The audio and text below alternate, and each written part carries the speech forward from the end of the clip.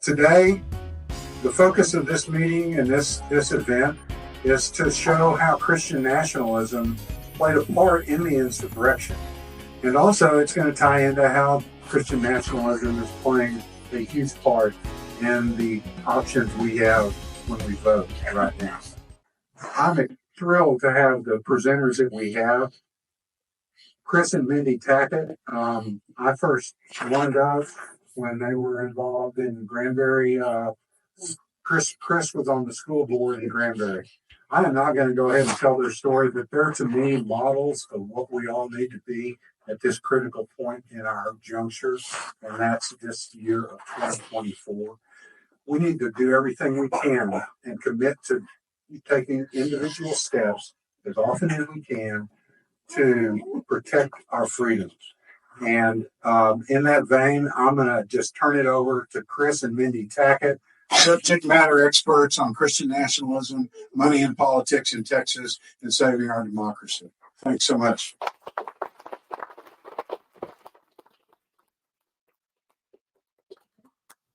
All right. Well, Buddy, thank you so much for inviting us, and thank all of you for coming. We have such a great crowd today, so we appreciate it. It is a really important day, and Christian nationalism was absolutely evident immediately upon witnessing the events of January 6th. I'm going to start, for those of you who may not know us or know our story, I'm going to start out by kind of telling you why we're even here talking today. So Chris and I are both from Granbury. We grew up there. We graduated high school there. In 2008, we moved back to Granbury and thought, you know, this is a great place to raise our kids. We were active and involved in the community. I was busy with the PTO, and Chris ran the local baseball league. And so, you know, we were very community oriented people. And Chris came home one day and said, "Hey, I think I'm going to run for school board." And I said, "Fantastic. I think you should do that." So he did run for school board, and he did win his race. And that was in 2014. And from his race, when he was running, moving forward, we began to see some real changes in our community, things that were not what we were used to seeing. We knew our community was conservative. We knew that most everyone in our community was church oriented and that sort of thing. But we just saw some things happening that were abnormal.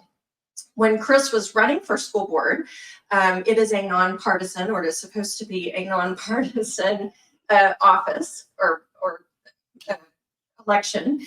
And so he had gone to a lot of the clubs and whatnot in town, including the Republican Club, and was introducing himself to anybody who may not know him. And he came home one evening after being at the Republican Club meeting, and he said, it was really strange. The presenter that they had did an entire presentation on conservatives running school boards and how important it was for conservatives to run and win school boards and have conservatives only on school boards. And that was our first red flag. Like that was weird, right? After that, we get into 2015, and we had there was a mother in town who challenged some books at our county library. There were 2 LGBTQ themed books that were in the children's section, and that became a big thing. We had a rock star librarian at the time, and she did what needed to be done to make sure those stayed in the library. But again, that was another red flag. Going on from that, we had voter engagement events happening. Rafael Cruz and David Barton were coming to town pretty regularly. Our pastor council, the local pastor council, was taking out ads in the newspaper in the ongoing school board races after that, suggesting that only conservative Christians should be elected to school board. That seemed really odd. Dave Welch with the National Pastor Council had come to town and was talking to our Chamber of Commerce about supporting the bathroom bill that the Texas legislature was trying to get passed at the time. So there were quite a few things like that was just not normal politics, right? And then we got kind of up to the 2016 election, And there were multiple churches in our town that all coordinated to do a One Nation Under God sermon series over the course of like 3 or 4 weeks, I think it was. And again, that just was strange for churches to be involved in politics the way they were becoming involved in politics. It wasn't what we were used to.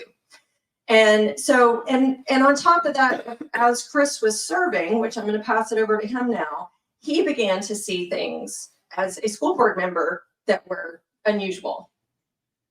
It really all, well, hi, everybody. Sorry, I start jumping into stories without saying hi. When you're serving on the school board, right, you're very closely connected to your Texas House members and Texas Senate members, right? Because they're the ones who actually dictate what happens in the public school systems. We've seen the way it's failed, right? This last session. But that is truly where those connection sets are. So as a school board trustee, working with your superintendent, you give feedback to your reps on, hey, here's the things we would like to see that support our public schools. And we had someone who had just been elected in 2016 to the Texas House in House District 60. Gentleman's name was Mike Lang. And when he was running, he told everybody he was pro-public education. When he got to Austin in early 2017 to start the session, continued to say he was pro-public education. We sent him the bills and met with him and said, hey, here's the things that really help public education, and here's the things that are going to hurt public education. Great, right? All good. Well, when it came time to actually cast votes, which is really where the words don't matter anymore and the reality sets in, voted against public education every single time. Everything that we had asked him to vote for, he voted against. Everything we've asked him to vote against, he voted for. So how can you be pro-public education when the people who are in public education are asking you to support certain things and you're going the other way? I did the only thing I knew how to do, which was start digging in and trying to understand money, right? To me, money was the only thing I could come up with that would dictate someone telling you one thing and then doing something entirely different. So I went into the Texas Ethics Commission. I pulled every single report for Mike Lang and realized there was about 75% of his campaign contributions were coming from just a handful of sources. You start digging into those sources and you see it's people like Ferris Wilks. It's a group called Empower Texans. And you start digging in to see, okay, well, where else does Ferris Wilks give money? Oh, he gives a bunch to Empower Texans. Who else gives money to Empower Texans? A gentleman named Tim Dunn. And then you start to look at where all these people are giving their money and you realize it's this ridiculous web of organizations, all set with names like, Texans for Fiscal Responsibility.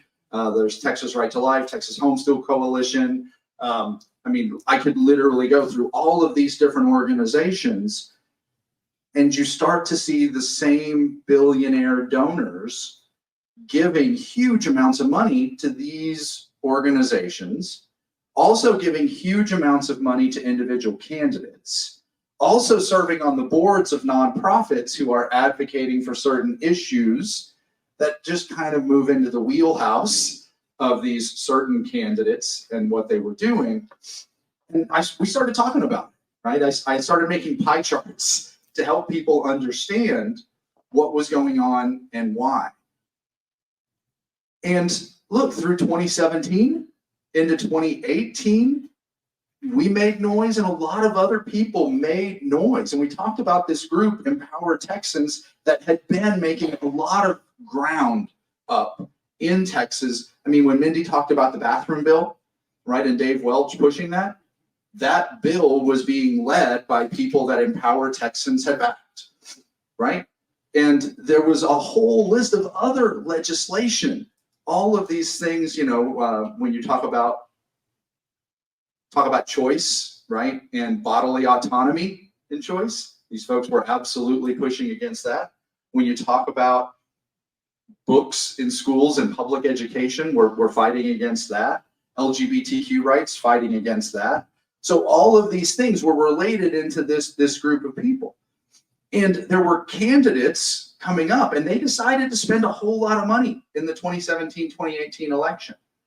A lot of money went in, and a lot of people started talking about it. And all of a sudden, if you were an Empower Texans candidate, that became a bad word because people started to understand what was happening. And in 2018, they lost really badly. They lost almost lots and lots of the races they were in and spent a lot of money doing it. And when they lost all of those, and there was a whole scandal with Dennis Bonnen, who was the Texas House Speaker at the time, and the Empower Texans, Michael Quinn Sullivan recorded him, and there was this whole big negative thing. Everybody was like, Empower Texans is dead, right? They've lost all these elections, they've spent all this money, and when your whole thing is about money and power, if you keep pouring money in and you're not getting more power, everyone assumed the tap would turn off, right? The money and everything would stop because if you're not gaining power, why would I keep spending money in this place? But what if it's not just about money and power? What if it's about something else? And that's where Mindy really started to dig in and find a few more things out. Right. So we did wonder what else is going along with this to make these people want to continue to pour their money into these races and push to have control of politics in Texas. And I mean, I did, but Chris also, we both started doing a lot of research. We read articles. I was going to voter engagement events. I was watching church sermons. I was just really curious. We read books, and we finally figured out and had the language after some amount of research that Christian nationalism is what we were seeing in our community. And we knew it wasn't just our community. We knew it was happening in other communities across the state of Texas because, you know, we're all on social media, but when we would talk about it on social media, we would get so much feedback from people saying, yeah, that's happening where I live too. We've seen that same kind of thing happening here. And I was attending, even in the Metroplex, I was attending quite a few events that were Christian nationalist driven voter engagement events. And so we finally did understand that, and we will share with you a definition. If you're not familiar, most people are, but if you're not familiar with what Christian nationalism is, this is Anthea Butler's definition of what is Christian nationalism. Simply put, it is the belief that America's founding is based on Christian principles. White Protestant Christianity is the operational religion of the land, and that Christianity should be the foundation of how the nation develops its laws, principles, and policies. So Christian people who adhere to Christian nationalism believe that Christianity should be privileged above all other religions in this country. And let me touch on kind of the broad narratives, because it really, and again, this is Anthea Butler, again, this is her elements on the 5 pieces that are the narrative. So 1, America is a divinely appointed nation by God that is Christian. Number 2, that America's founders were in fact establishing a nation based on Christian principles with white men as the leaders, and that others, including Native Americans, enslaved Africans, and immigrants, would have to accept and cede to this narrative and accept the leadership of the white men. 4, that America has a special place not only in world history, but in biblical scripture, especially concerning the return of Christ. And number 5, there is no separation between church and state.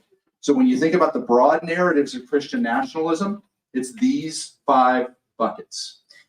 And so when we think about what was happening in our community in Hood County, Granbury specifically, I mentioned that Rafael Cruz and David Barton had been coming to town, and there were these sermons happening at local churches where we were. Well, there is no separation of church and state. I can't tell you how many times Rafael Cruz, Ted's father, showed up in our town to tell church congregations that exact thing, and that the separation of church and state was a myth. That it's a one-way wall. That is a one-way wall, right? that it's okay for the church to be involved in politics, but it is not okay for the state to be involved or have any say so in what happens with the church. That there's no separation going both ways. So when I think about that 2016 sermon series that I was mentioning a while ago, one of the biggest red flags that we saw during that was I would say the most prominent, well-attended church in Hood County. They did a sermon right the weekend before the election, and it was all on Seven Mountains Dominionism, and that was really jarring because for us, so many people we know and we're friends with and whatnot, they attended that church, and this is what they were. This is what they were being led to believe during that sermon. I mean, these preachers had the whiteboards out, and they were given it the entire sermon. So this Seven Mountains Dominionism is a belief that God is only going to return once Christians, and certain kind of Christians, right, have taken control or dominion over these 4 pillars or mountains. I mean, what did I say? You said 4. Oh, I'm sorry. Seven pillars of society. So there's church, which is obvious. There's family, which is where we hear the anti-LGBTQ, it should only be one man, one woman. There is school. How many attacks on our public school system have we seen? And we're currently fighting vouchers, right? Which is rooted in a Christian nationalist push. Government, obviously, these people believe that they should be elected to offices, and that they're the ones who should be making policy, passing law, and controlling what happens to all the rest of us. Media, you'll see with the Wilks, they've got PragerU, right, mhm. the Daily Wire. Ferris Wilks owns both of those entities. There's plenty of other, you've got Newsmax. keep going. It's their own media ecosystem, right? It's this idea that controlling the media controls the message. Arts and entertainment, which they're not quite as good at, but they're working their way towards it. And then, of course, business, they've got to have Christians who are running business and bringing in money to be able to continue to fund all of these things. So as we think about what's the broad strokes of Christian nationalism, right? You have to understand that this ideology of Seven Mountains Dominionism is truly what animates the movement, right? The rank and file may not totally understand this, but the people who are pulling the strings, those who are the broad advocates, believe you have to take 7 mountains or 7 pillars of society for Christ to return. It is an end times theology. So when you're talking about money and power driving things, that's when people would walk away when something's not working. When it is about an ideology, a version of faith, it's an intertwining of faith and politics. That's why they don't go away. That's why when they lost so badly in 2018, they retooled. They changed the message. And it's not necessarily just the same people driving who were driving originally. It continues to change and move forth. So coming out of 2018, moving into the 2020 election, it's where does this thing go, right? And in our community, in Granbury, Texas, Hood County, we had people stepping up to run for office to challenge the ideology, right? We actually had in House District 60, because Mike Lang, the guy I had been digging on, decided not to run. Ferris Wilks' son-in-law decided he was going to run, a guy named John Francis. And we actually had a local lawyer names Kelly Sorrell decide that she was going to run against him as an anti-Empower Texans type candidate. Well, as she's running in the primary, she starts encountering the Wilkes group as showing up there. And all of a sudden, the rhetoric, what she was talking about, the things that she had been about, they changed. And all of a sudden, she started to move in that direction, started actually campaigning with John Francis as she decided she was no longer going to be running. And over time, ended up involved with a group called the Oath Keepers and was their attorney. Now, speaking of the Oath Keepers, they're also connected to Granbury. A gentleman named Stuart Rhodes, the leader of the Oath Keepers, is from Granbury, Texas. And when we think about what was happening in 2020, right, with George Floyd and all the Black Lives Matter protests that were going on all over the country, even Granbury, Texas, had a protest where people showed up at the Hood County Square and were speaking up for the rights of others. And who else was there? Stuart Rhodes. This is, well, Yes, this was my picture of Stuart Rhodes taking a picture of us. but again, this is all about intimidation, right? Showing up and being there and trying to push. Because in Granbury, there was a push from the Oath Keepers to recruit people, to bring, I mean, we had constables, elected constables who are members of the Oath Keepers.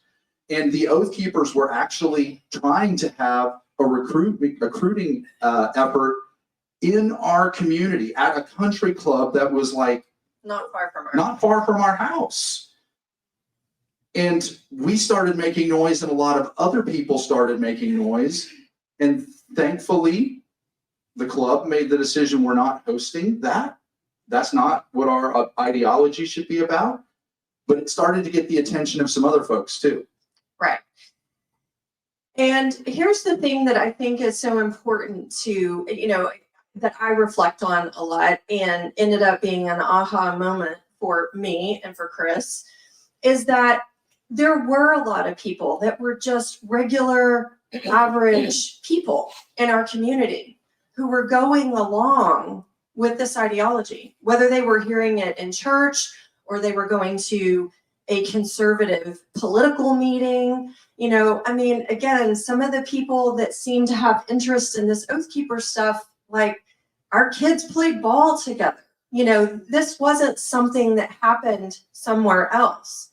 But I'll tell you, when we did make noise about this, there was a journalist from Politico who reached out and asked me some questions, and I'm paraphrasing, but basically was like, do you think that this could really be a thing of violence or whatever? And y'all, this is what I said, because it's what I really thought at the time. I said, yes, there's a healthy number of people who are definitely in on this ideology. And it's concerning that active law enforcement or military personnel could be involved with the organization. But I said, some of these folks are more talk than they are actual action. So let me say 3 words that Chris Tackett gets excited to hear me say, because it doesn't happen often. I was wrong. I was wrong. Right? There were people from our community that were in Washington, D.C. on January 6th. There were people, Kelly Sorrell and Stuart Rhodes were both there leading the charge on things.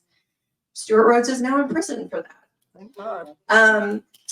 But yes, that is a good thing. And we'll see what happens with Kelly Sorrell. I don't know. She hasn't gotten her day yet. But there were plenty of people, even if they didn't get on an airplane and put their feet into action to go to Washington, D.C. that day, they still supported what was happening.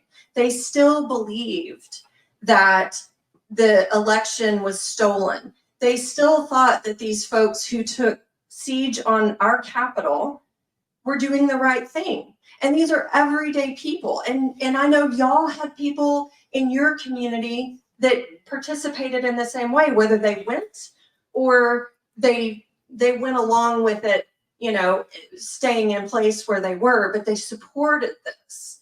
And that is what we have to come to terms with, because I had a really hard time. I wanted to believe the best for people.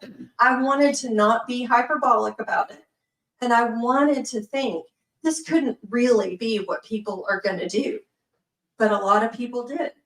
And we just have to come to terms with that and get real about it, because they're not done. And I'm going to pass it back over to Chris. So before we get to January 6th, right, we have to understand, how did these regular people get sucked into this? How did this movement that feels so extreme that we couldn't understand how it would get to violence? Catherine Stewart really speaks to it. The strength of the movement is in its dense organizational structure. This network of right-wing policy groups, legal advocacy organizations, legislative initiatives, sophisticated data ops, networking groups, leadership training initiatives, and media and messaging platforms, all driving forward. It's exactly what I had seen when I started diving into the money and the politics and the web of organization. They're pulling this together from all of these places that none of us see. So it's happening behind the scenes throughout. And how do they really drive Christian nationalism forward? It's controlling the information flow, making sure people are receptive to certain types of disinformation. That's where that media mountain comes in, right? And makes them immune to fake news or the lying media. We've all heard those things talked about. That's one of the methods they use to drive Christian nationalism. Two, it's manufacture and focus that sense of persecution, right? It's resentment among the rank and file, identifying and promoting grievance, and then aiming it at political opponents. That's the second way they drive Christian nationalism forward and pull people in. And then lastly, it's about this state of tension, right? It's the apocalyptic struggle between good and evil. It's believing that America, even though they say, right, we're the Christian nation, we're touched by God, all of this, that somehow they can say that we're in the grip of these malevolent forces that are tearing our country down, right? So when you start to think about the way this message has been feeding through churches, right, through local community groups, through the politics broadly, through their media mountain lens, that's how all these people came to believe that an election was stolen, that we should be imposing faith upon everyone else. Now, both of those two slides are from Catherine Stewart, who is another incredible resource, written some incredible books that speak to Christian nationalism and how it's taken over. But before January 6th, there were a number of events that were basically the staging ground for what was going to happen just a month later. And there's four big events that really kind of tell the story, right? 11/14, so right after the November election in 2020, there was the Million MAGA March, and the Proud Boys were there. Marjorie Taylor Greene was there speaking about the election being stolen and having to really be strong and take this back. When you look at 12/12, right, so just a month before, there was the Jericho March, Let the Church Roar. Eric Metaxas, Mike Lindell, the My Pillow guy, right? Lance Wallnau, who's from Keller and is one of the leading Seven Mountain Dominionists in the country. Alex Jones, Michael Flynn, and Stuart Rhodes. Remember that guy from Granbury? All there, all speaking, all talking about having to take the government back. Also on 12/12, the Women for America First, a rally held on the steps of the Supreme Court. And then from 1/1 all the way through 1/5, there was continual marches over and over. The Jericho March, Stop the Steal, all happening in DC, all doing the same things. And Andrew Seidel, the quote there at the top, I mean, all of those events leading up to it were all preaching that God is on your side. and creating this divine justification for good people to commit evil acts, including attempting to overthrow the US government and overturn a free and fair election, right? So this is all what was leading up to it. So when we got to January 6th, it overflowed. So here's pictures from some of those events leading up to it. Those are the Proud Boys in the upper left-hand corner, flags draped around their neck as they kneel in prayer. You've got Reverend Bill Cook wearing a MAGA hat, talking about pastors needing to get involved and drive this thing forward. You've got Greg Locke preaching Christian nationalism from one of the stages, and Alex Jones with Jesus Saves signs behind him, right? All driving that forward. You get to January 6th.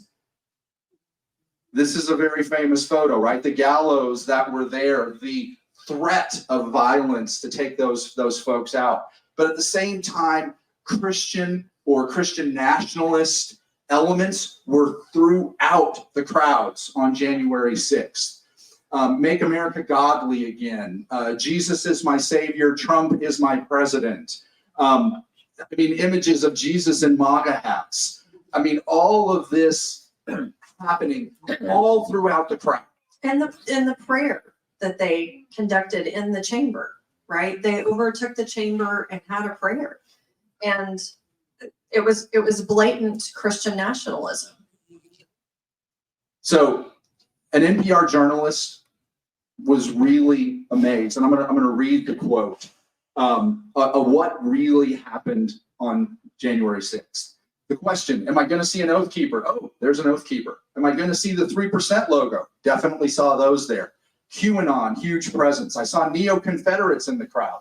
All sorts of white supremacists and neo-Nazi insignias too. All the strands of American extremism there in the same crowd. And what's wilder is they were there in the same crowd with, a grandmother from Arizona, who fervently believes in her heart the election was stolen and her vote didn't matter. And yeah, the groups were diverse, but what was connecting it all was Christian nationalism. And all of the ways we talked about, the way they connect, that's how they pulled people in. That's how they united those groups. And then Sam Perry, what we saw on January 6th was an eruption of forces far more pervasive and older than many may realize, right? This isn't a new thing. It's been bubbling under the surface in our country for decades. But white Christian nationalism is supremacist, populist, authoritarian, and anti-democratic. It requires collective response. It does require collective response. And it isn't just crazy people who are from some other place. It is the grandmother or the person whose kid plays with your kid on, a baseball team or a soccer team. It is maybe the real estate agent you have, or it might be the person who cuts your hair, or, it can be any number of people. Regular, everyday people for a number of years have been primed to be sucked up into this ideology. And I want to inject something right here that I probably should have said earlier, because we always make a point to say it. But I want to be very clear in saying that Christian nationalism is not the same as Christianity. And not all churches are involved in preaching Christian nationalism. And most definitely not all Christians are Christian nationalists. And it is us fighting back against Christian nationalism is not an attack on Christianity. And that has to be made very, very clear to people that you might be talking to about it as well. Because I'll tell you, as Chris and I started talking about this, and for those of you in the audience that also may have talked about this with people in your circles of influence, it can get kind of bristly, right? People get offended because they think you're attacking their religion. And that's not what it's about. It is about, we don't privilege one religion in this country. We are a diverse nation, and we need to stay that way. So I'll let you keep going. when we do talk about white Christian nationalism, right? We talked about their narratives, but the things that people who embrace white Christian nationalism also are more likely to embrace, it's opposing gun control restrictions due to belief that the Second Amendment's divinely inspired. It's the anti-vaccine attitudes. It's distrusting science and scientists and basically generally expertise in general. Supporting Trump and Trumpism in the last 2 elections, and they're still on board today. It's fearing immigrants and endorsing anti-immigrant policies. Think about what we're seeing happen now, the narrative about borders and all of that. It's endorsing those traditional gender roles where men lead and women follow. It's opposing same-sex marriage and transgender rights or general LGBTQ rights. And it's anti-democratic attitudes favoring restricting the vote and denying the existence of voter suppression. Now, they will tell you that somebody's stealing votes, but you know, they want fewer people to vote, right? And this is from Andrew Whitehead and Sam Perry, 2 of the other experts that Mindy and I have learned so much from and given us so much language. But when we think about what happened leading into January 6th, right? We think about what has happened since January 6th. As we look at the elections that have been the 2022 election and the results that have come from it in our Texas legislature, right? The things that have been pushed upon the state as a whole. The way the ideology has not just focused at the state level, it's not just focusing at the national level, but it is actively doing that thing that the guy was talking about way back in 2014 when I ran for school board. It's taking over local offices. One of the best examples I can give you of that, and I'm sure you guys here are all very familiar with, is Patriot Mobile, right? And this is their big flyer they put out when they had 11 of 11 Patriot Mobile action endorsed candidates win school board seats, flipping multiple school boards. Well, the quote there from Lee Wamsgans, who runs the Patriot Mobile PAC, this is not a political war, it's a spiritual war. And as long as God gives us breath, we're here to fight for his children. That's Christian nationalism, guys. And that is an organization advancing Christian nationalism using the models that folks like Wilkes and Dunn had leveraged across Texas. Because I talked about it's moved beyond just Wilkes and Dunn at this point, because it did. There are people inside the movement, people that share the ideology and they have money, right? And it may be local money, not like statewide fracking oil money. But what Wilkes and Dunn did is like a cannonball into the deep end of the pool, right? They created a huge splash with what they did in Texas politics. And there's a whole bunch of people, and their whole focus was invest in races where people don't normally invest, state house races, right? We can win a whole bunch of state house races where it's normally just, $10, $15, $20,000. We'll drop $500,000 in and we'll buy those seats. Well, that whole philosophy has moved down to local races, right? City council, county commissioner, school board. Their intention is grabbing the government mountain at all levels. Right. And here in this part of Tarrant County, y'all are going to have a very important race ahead of you. Matt Krause is running for Tarrant County Commissioner Precinct 3. Matt Krause is 110% the epitome of a Christian nationalist. Matt Krause put out the book ban list. He's been a speaker for wall builders. The list goes on. And our friend Laura Lehman is running for that seat. So we want to make sure that we're getting the word out, because those races are immensely important. And so we're going to see a continued attack, a continued push. Not only are they going to fight for the national races and the presidency and what's happening in elections, but they're going to continue fighting hard, tooth and nail, to take over our local communities through these local level races. So I mentioned Lance Wallnau and Seven Mountains Dominionism, right? I mean, he is a player on the national level. He put out this list of 14 counties that are going to decide the future of America in these 2024 elections. 14 counties. There's one on this list in Texas. It's where we're sitting right now. It's Tarrant County. So that says they're coming and coming hard in these elections. So we've got to make sure we are connecting with our communities, finding those people who align with the things we believe but may not be voting, and make sure you're getting them to the polls. Make sure they're voting for people like Laura Lehman.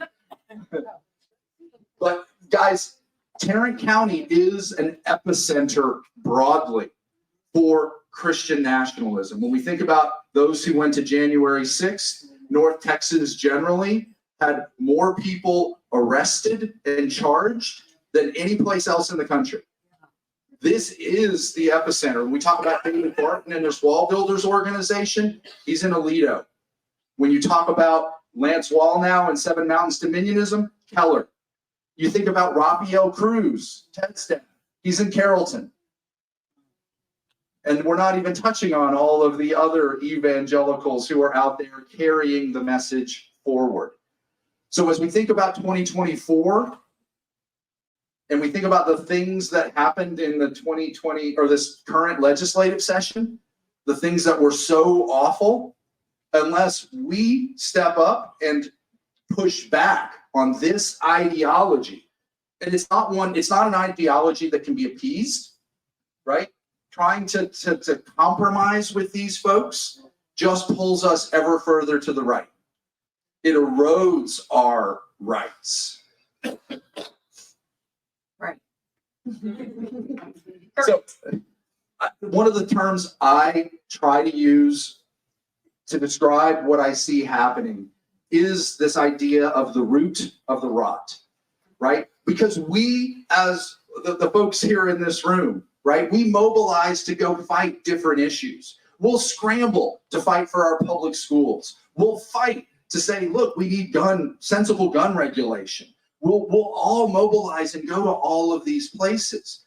But until you stop and understand what's pushing this forward, what's pushing all of these kinds of things forward is white Christian nationalism. And until we can address it, we are never going to make the progress we need to. We're going to wear ourselves out fighting every individual fight instead of actually getting below the surface to the root.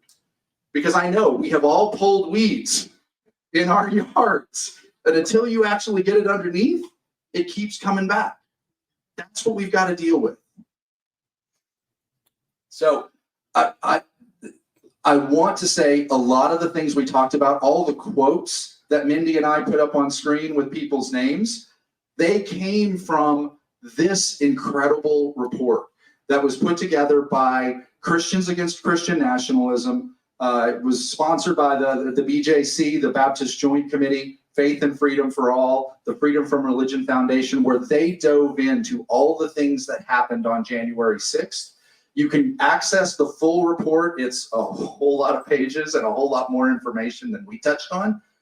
It's at christiansagainstchristiannationalism.org/Jan6 report. But it's incredible people that are driving it, and the experts that taught us so much of the language of what we've seen happening. Right. And if you're not familiar with the BJC, we encourage you to become familiarized with the BJC, especially if you're a Christian who has a church home. We just feel like they're doing incredible work to outreach with churches and to educate people about the threat to democracy that Christian nationalism poses. And it's not just a threat to American democracy, it also threatens Christian churches, y'all, because once once the integrity of the church is broken down, then, you know, both American democracy and the Christian church in America is very broken. So it's really important for people to understand that. But please do access this report. It's incredible work that they've done, and it's really invaluable for all of you to understand as much of that as you can. Now, the last thing I'll say before we open it up for questions and things like that, again, catchphrase, because I like catchphrases, right? It's the thing, is look, for what we had to go through and learn the language, for what you're all going through, learning the language and how to talk about it. If you're going to fight this effectively, you have to see what's happening around you. You got to take the blinders off and be willing to look critically at what's going on. When you see these things happen, you have to be able to name it, right? You got to be able to call it what it is. It's white Christian nationalism. That is what is attacking our democracy. And once you've done those two things, now you're ready to actually go fight it, because you're fighting against the right thing, right? You're not fighting against one-off little things. You're actually getting to the root of the rot. And that is what you have to do if we're going to win this thing. And we're going to fight back against it. Now, you can see all of the things that Mindy and I talk about, because we talk a lot about all of these things online. You can find us on Twitter. We write on Substack every now and again, little longer form things. Instagram, I'm on Threads. You can find us in all those places, or you can also go to seeitnameitfightit.com. We also try and maintain book lists, article lists, all the things that have helped us put language to this, to see it, name it, and fight it, so that it makes it easier for you. So you don't have to fight the same, you have to go through the same things we did finding the experts. We're trying to bring them to you. I want to just say a couple of things. One, I think we need to give a huge round of applause.